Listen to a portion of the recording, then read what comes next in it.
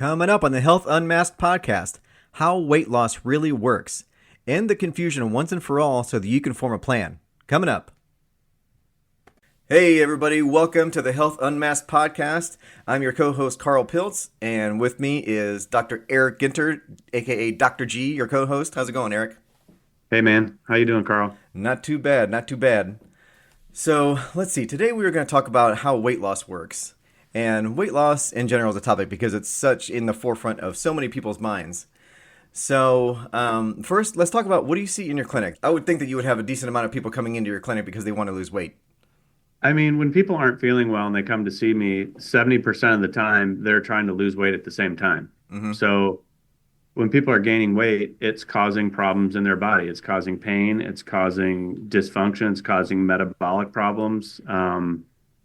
There's a whole host of things that are caused by people that are overweight or even obese, you know? Mm-hmm. So it's always something that we want to keep in mind when we're trying to help someone reverse the way they're feeling. Right.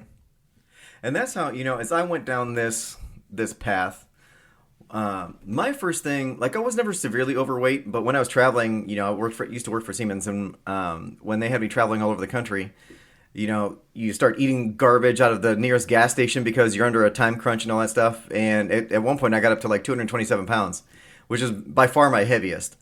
So, but that was like after I was already into this stuff. It's just my job took me into a horrible direction.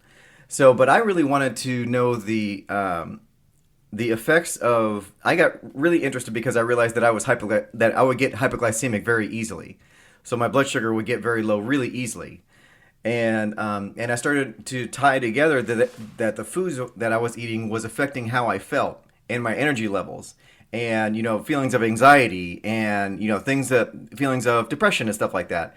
So that's what got me into this. But what I realized when I started digging into this is that the same concepts that are affecting how I feel, they also are the same concepts that lead to weight gain, and then learning how to lose weight. So sure. I can't. Some people just focus on their body first. I think that people should really focus on is how these foods affect how they feel, because that will change instantly. If you start eating food that's good for you, it's gonna affect how you feel, and we'll talk about how that happens. But when you start feeling a lot better, then you have the energy to start doing more things that are good for you, and then the weight is going to naturally fall off. So that's what I try to get into people's heads is focus on how you feel first, and the weight's going to come along with it. Yeah, and it's so difficult because of at least in the U.S., all the foods that you see when you walk into the grocery store, all the foods that you probably shouldn't be eating. You know, mm-hmm. They're the ones that are contributing to that. Anything in a box or a bag. I mean, look at the ingredients. There's how many countless ingredients that are not good for your body. Mm-hmm. Yeah, basically, the old adage is that you should shop on the outer aisles and the perimeter of the grocery store and stay out of the aisles. Which is true, exactly. Except that, we get beans and stuff like that and, canned tomato products and things like that. But if it's any type of carb in a box, or basically any other stuff than just like canned vegetables maybe, then even those you got to look for additives and stuff like that. But don't stay out of those inner aisles. You'll be much healthier if you do that. Exactly. So, I mean, if you think about it, it's very simple. You have a protein, you have a veggie, and you have a fruit. Yeah. If you keep it to that and you make it very simple, you can get results if you're trying to lose weight. Yeah, it's not really that much more difficult than that. And, people don't have to. People will get frustrated at the possible cost of eating better. And they're like, oh, I have to go organic. It would be great if everybody could go organic, but everybody can't do that for financial reasons or whatever. Or just what grocery stores are available in your area. I mean, there aren't organic grocery stores in every area. So what I tell people is that like eating a conventional steak or eating conventional bacon or something like that is way healthier for you than eating a box of donuts. Yeah. And a lot of times, like you buy a bag of Doritos and that thing's like $6 or $7, Mm-hmm. You actually will notice that you're saving money by eating healthier. Mm-hmm. Yeah, right. Vegetables, luckily, are cheap. Even if you get the organic ones, vegetables are cheap. Yeah. And if you just learn that you don't have to make them taste like absolute crap, you can use things like salt and you can use things like butter and creams and things like that to make things taste, taste good and also satiating at the same time, then it's not near as big of a deal to get especially your family members, whether it's your husband or your kids or whatever. It's not near as big of a deal to get them to eat that food, as opposed to when people are trying to go healthy and they basically eat dry salads because they think fat's bad for you and salt's bad for you and everything tastes like a twig. Yeah, that's right. So what did you find when you started looking? Was that? What did you find when you started looking? So here's what I put together on how weight loss works in general, and it starts with you got to figure out what causes weight gain first. And the biggest thing, I think, far and wide that causes people to lose weight is this concept of blood sugar and how we're sabotaging our blood sugar levels and things like that. So everybody gets a picture of what's going on in your body. When you eat carbs, then what happens in your body is you put it in your mouth and you swallow it, and your body starts digesting it. And your body starts extracting the carbs out of those foods, and it sends those carbs into your blood. And now those carbs are known as blood sugar when they get into your blood. And your body likes to maintain your blood sugar range in a certain range, not too high and not too low. And if you stay within that range, then you eat a meal, preferably that has like a lot of, if you're eating carbs, carbs that have a lot of fiber in them, like 100% whole wheat bread, whole wheat pasta, things like that, brown rice, along with vegetables, because you're chewing everything together, so it all mixes.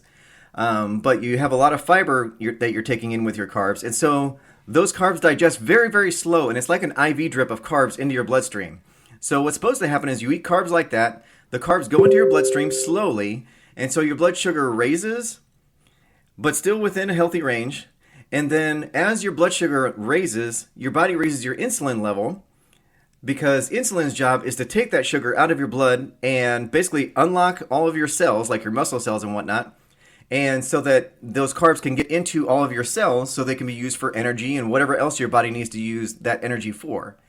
So you're supposed to eat these slow digesting carbs, so your blood sugar goes up a little bit, your body releases a little bit of insulin because that's all that's needed to unlock your cells, to get all these carbs into your cells, and then everything is happy. Your blood sugar goes back down slowly over time, and if you're doing this correctly, you're only hungry like 2, maybe 3 times a day. If you're doing this and you're doing this in a blood sugar friendly method, okay? And if you do that, then you shouldn't gain any weight. You should be perfectly fine. But here's where we screw it all up. So we go into those inner aisles of the grocery store and we see all this good looking food, and a lot of it is fiberless carbohydrates. So white bread, white rice, donuts, crackers, pretzels, all this stuff is all carbohydrates with pretty much zero fiber. And what's worse is we package this with like soda, which is pure sugar. And even like orange juice and stuff like that, there's no fiber in all this stuff. So the carbohydrates digest really, really quickly. So we gobble this food up, and we eat a big bowl of white pasta. And this stuff goes into our stomach and digests. And now all that sugar, because there's no fiber, it digests super quick, and it all dumps into our bloodstream at once. So now your blood sugar spikes way higher than that healthy range that it wants to keep your blood sugar in. Now, in order to compensate for that, your body will unleash a huge amount of insulin to get that sugar out of your bloodstream and into your cells. But the problem is your cells can only absorb carbs at a certain rate. So the overflow gets stored as fat. So picture if you take a 5-gallon bucket of water and you put a lid on that 5-gallon bucket of water. The bucket's empty. You put a lid on it and you drill a hole in the top of that lid that's like an inch diameter hole. Then you have another 5-gallon bucket that's full of water. And you're trying to get all the water from the bucket that you're holding into the bucket with the lid. If you were to take that bucket, what's the best way of getting all that water into that bucket? The best way is to pick it up and slowly pour it in through that hole so that it all gets into the other bucket, right? So it all goes through that 1-inch hole. But you got to do it slowly. That's how eating, fiber-full carbohydrates works. It's like pouring slowly into that 1-inch hole so that all the water in the one bucket is transferred to the bucket with the lid. But when you eat donuts or you drink soda or you're eating white carbs and stuff like that, what you're basically doing is taking your one bucket and turning it over completely all at once and dumping that water all over this bucket. Now, some water is going to get into that bucket, but the vast majority of it is going to overflow and be all over the floor. So you picture all that water that's now all over the floor. That is the amount of carbs that you just ate that's going to fat storage. And only a little bit is getting actually into your cells. So we're doing this 3 to 5 times a day because if you do this, what you find is that your blood sugar not only gets taken out by insulin, but too much gets taken out by insulin. We'll talk about that. But you get blood sugar crashes. And that causes you to want to eat more often. So 3 to 5 times a day, as people are snacking, if they're snacking on cookies and these fiberless carbohydrates, their blood sugar is spiking. Insulin's coming out like crazy to try to dump all that, to get all that sugar out of your blood and get it into your cells. And the overflow that is over that which the cells can absorb is stored as fat. And you're doing it 3 to 5 times a day. That's how you gain weight. That's how the vast majority of people out there are gaining weight so quickly. Now, it's complicated by all the other stuff that we're doing, but if people can nail down that they stop doing this one process, then they're going to be going a long way to starting to lose that weight. Okay? Did I say anything confusing, Eric? I don't think so. I think you're on point with that. What I see when people kind of get down the road a little bit more with their health deterioration, a lot of times when they develop that insulin resistance, which arguably can be the cause of all chronic conditions, because once you have insulin resistance, you're also, excuse me, resisting nutrition entering the cells, you're resisting the hormones entering the cells properly. And it's actually a protection mechanism, but at the root of it is going to be the increased toxicity in the cells and the increased infection rate, which is causing that inflammation, which is leading to that insulin resistance. So I'm getting a little bit off topic on that, but that's kind of the progression of once this starts and where it goes. Yeah, and glad you were talking about that because as we go down this road, not only is it a weight loss problem, but this starts stemming all over your life, all over your health, because like we all know that diabetes, once you get diabetes, a whole host of diseases comes right after it. And it's all related because when you're eating not only these high sugar and high carbohydrate foods, but they're also processed and loaded with chemicals, and then you start getting into real problems. But what you were talking about, insulin resistance. So let's say somebody, going back to that picture that I was painting, when people are eating these foods that spike your blood sugar, and so insulin has to be spiked in order to get that sugar out of your blood, if you're doing this all the time, at some point, insulin isn't going to be able to do its job. Your body is going to have to release more and more insulin to be able to, get rid of the same amount of carbs out of your blood. But at some point, insulin stops being able to unlock your cells to allow those carbs into it. And that's what you were talking about is insulin resistance. Yeah, and the interesting thing about that too is the blood sugar spikes up and down are actually more dangerous than someone that has consistently high blood sugar. That's what the data shows. So it's very important to maintain a healthy level blood sugar and not go up and down with these spikes because then it promotes things like heart attacks and strokes, and that is something that you really want to avoid. Yeah, definitely. That like I really think that everybody was focused on saturated fat causing heart disease, but the real issue is chronically high blood sugar, which translates to chronically high triglycerides, which basically takes all your LDL and HDL particles, and instead of being big, fluffy, like cotton ball like substances, they turn small and dense, and they start ricocheting off your vein walls and causing damage. Well, that's interesting that you mentioned that because homocysteine is something that you have to monitor as well, because when homocysteine rises from either a gut problem or lack of processing B vitamins properly, homocysteine is going to be vasospasmodic and vasoconstrictive. So if you have sugar issues and your homocysteine is high, you are at risk of heart attack and stroke. Ah, I've never heard that part before. That's interesting. Yep. So homocysteine is one of the things that I run routinely with people because we have to understand what the status is right now. Ah, interesting. And it gets me, diabetes is one of the first diseases that come when you're in this loop for too long. And diabetes is basically, your body's inability to handle all these carbs and stuff like that. And, I remember when, years ago when Paula Deen came out and said that she was diabetic. So she went on, I forget if it was Maury Povich or one of those talk shows, and she said, yeah, I'm diabetic, but it's no problem because I got this fancy new pill that I can take. And she was saying basically it was fine. I just take my pill and I can go and eat whatever I want.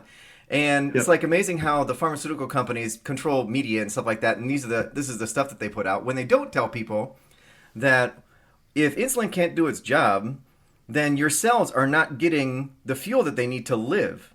And so if you go and search for things like diabetes foot rot, if you want to scare yourself, go to Google and search for diabetes foot rot. The extremities, your hands and your feet, those cells cannot. They're not getting the fuel that they need to live, so they start dying and they start turning black. And that's the Yep, picture that's that they right. don't want you to see. That's an extremely important point, and that is that people think that once they get diagnosed with diabetes, they can take their metformin or they can take whatever they want or whatever they're prescribed to tackle the problem. But the problem is not from a lack of insulin, right? So the metformin is going to work for a short period of time, but when that stops working, then they're going to start injecting themselves with insulin. And they're continuing to force this glucose into cells that can't accept it and don't want to accept it because the cells are programmed for longevity. What people have to realize is that 99% of the time, this is not a pancreas problem or an insulin production problem. It is a cellular defense problem. And that's why it's your body is insulin resistant, is because it can't take that glucose in to produce energy because of problems, metabolic problems inside the cells. So, yeah, in the short term, the metformin and those things are going to work, but in the long term, they're going to fail as you're going down this road to more chronic conditions. Yeah, the diabetes is not a lack of insulin, just like cancer is not a lack of chemotherapy, and any other Right. conditions are not a lack of some other chemical that they're trying to sell you to try to mask symptoms instead of fixing the problem. Right. Oh, it's so bizarre how our system is set up. Well, But yeah, so if people learn this one concept, that I think is the first concept that says, okay, I need to look at how many carbs. Like I used to tell people, if you're looking on a box or a package of something like rice or bread or anything like that, and you say, okay, I can't eat fast digesting carbohydrates. I gotta cut out soda and orange juice and stuff like that. Basically, we should be drinking water and milk. yep. That if you can tolerate, if you have no problems with dairy, but water and milk, and that's really about it. Get rid of as much caffeine as you can, but I know that's a bit of a process for people. But if they're saying, okay, I'm going to get rid of the drinks, and now I'm looking for slow digesting carbohydrates. Like, what is a slow digesting carbohydrate? And I said, okay, so look at the package. And a general rule of thumb I used to tell people is to look for carbs that have 3 grams of fiber per every 20 grams of total carbohydrates. If it has 3 per 20, then you're looking at a carb that's going to digest really slow enough to not cause those blood sugar spikes. There's enough fiber in it to keep it digesting slowly and to keep you full longer. So that was the rule I used to tell people. So Yeah, it one of the things I found that has been super helpful for people too is to determine what type of food sensitivities they have. What is your immune system responding to that would be otherwise considered normally healthy food? When I ran a food sensitivity test on myself, I was sensitive to chicken, I was sensitive to broccoli, I was sensitive to watermelon, I was sensitive to mushrooms. All these things that people would consider normally healthy, my body was producing an immune response to that, and that was actually causing inflammation in my body, which would slow down the weight loss process. So if you were to learn which foods that are normally considered healthy are causing an immune response in your body, you could practically do any diet program that you want to and have success. I'm not going to say that's 100% of the time what's going to happen, but if you follow a lot of these diets that are shown to be effective for you or for other people, if you take out the foods that are causing inflammation in your body from that food sensitivity test, you'll often do much better during that program. Yeah, right. So okay, so if we try to make a roadmap for everybody that's listening, they're saying, okay, I'm not eating good right now. I know that, and I want to start taking steps to do that. But I know that there are people that are doing these diets and they have food sensitivity issues and things like that, and all that stuff. It's like, where do I start? It's like, okay, we'll get your input on this in a second. What I would tell people is start with finding slow digesting carbohydrates and make sure that you construct your meal with some type of meat, some type of protein, and then add in vegetables. And you can dress those vegetables up with butter and salt or cream or however you want to do that. I have lots of recipes on my website. I have a bunch of recipe packs showing people how to do that. But start by doing that: a meat, a veg, and if you're going to do a carb like rice or bread, make it a high fiber carbohydrate. And you start eating there. Then, if you start seeing things like one, you're not losing weight. You say you do it for a month, and one, you're not losing weight, or two, you start getting like digestive issues or something like that, or you start seeing some stuff on your skin or something like that, and stuff, or you have issues like that and they don't go away. So Eric, that's where that. What do you think about that? What are some of the signs that they should look for that if they're following a diet that they may have some sensitivity issues that they should start investigating? One of the things that happens almost all the time with people with food sensitivity issues is their heart rate's going to increase after they eat something that they're sensitive to. So that can be a good indicator of it, of you having some type of food sensitivity. If you eat something and then 15 minutes later you feel like your heart rate is increased, you're most likely sensitive to something that you ate. So that's a good place to start. But so that's kind of one of the ways that we monitor people after they have a food sensitivity test. Like if you're getting a high heart rate after eating, that is an indication that maybe it's something to take a look at to see if you have some food sensitivities, and take a blood test. It's actually a little finger stick. It's very easy. You can do it from your home. But so food sensitivity, I think, is a kind of a hidden weapon when you're trying to lose weight. But otherwise, like, come out of the gates, get some results. Say like we're talking about, get some protein, get some veggies, get some fruits, be consistent with that for a little while, and start seeing some weight come off. And then when you start seeing some weight come off, that's very motivating to look a little deeper into some different things that you might, pursue to continue this type of process. Mm-hmm. Yeah, if you're seeing stuff like that, I don't know that I would stop the diet that you're doing. I just think that there's something else that you should look at. Like, you shouldn't go back to eating donuts. Yeah. Oh, no. Yeah. That's what I mean. Like, some people, like, if you eat, some protein, some veggies, and some fruits, at some point they may be like, yeah, I'm kind of tired of this. Maybe I'll look at a little bit more, like going to ketogenic, or I'll go a little bit to carnivore, or I'll go something that will suit them a little bit more. Come out of the gates, get some results, and then you can start looking at different types of ways of eating. You know what I mean? Mm-hmm. Yeah, right. Along the healthy lines. Yeah, a lot of people. I mean, we're talking about doing low fiber carbohydrates.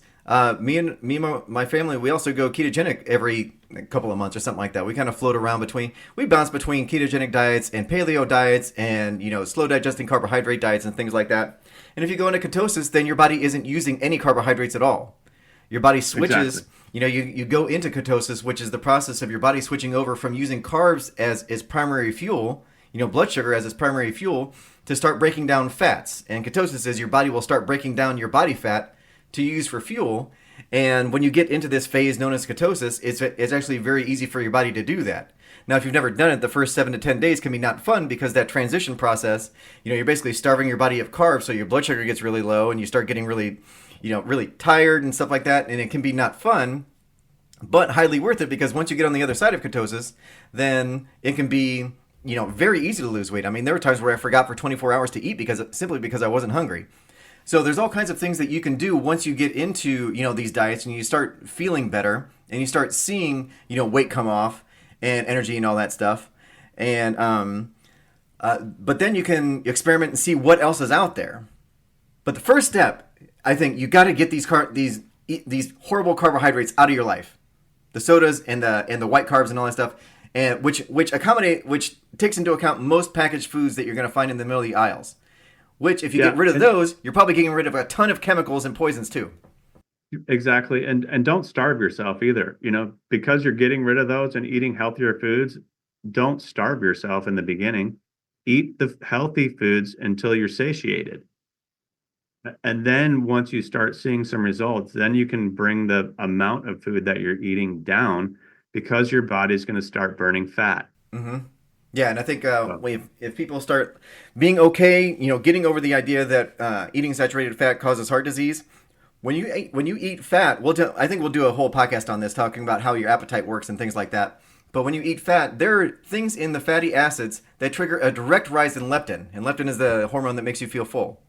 So eating fat, that's why eating fat makes us feel full. So add the things like butter and cream and things like that, and olive oils. If you do a salad dressing, load it up.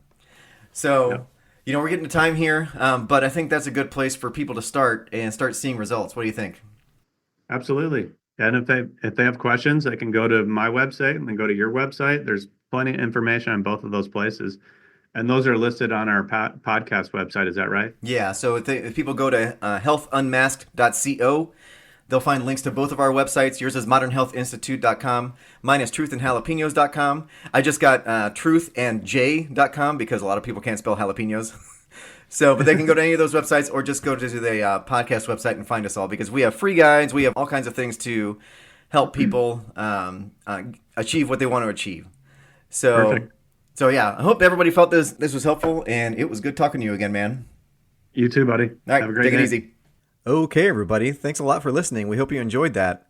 So just a few new things that we have going on our websites.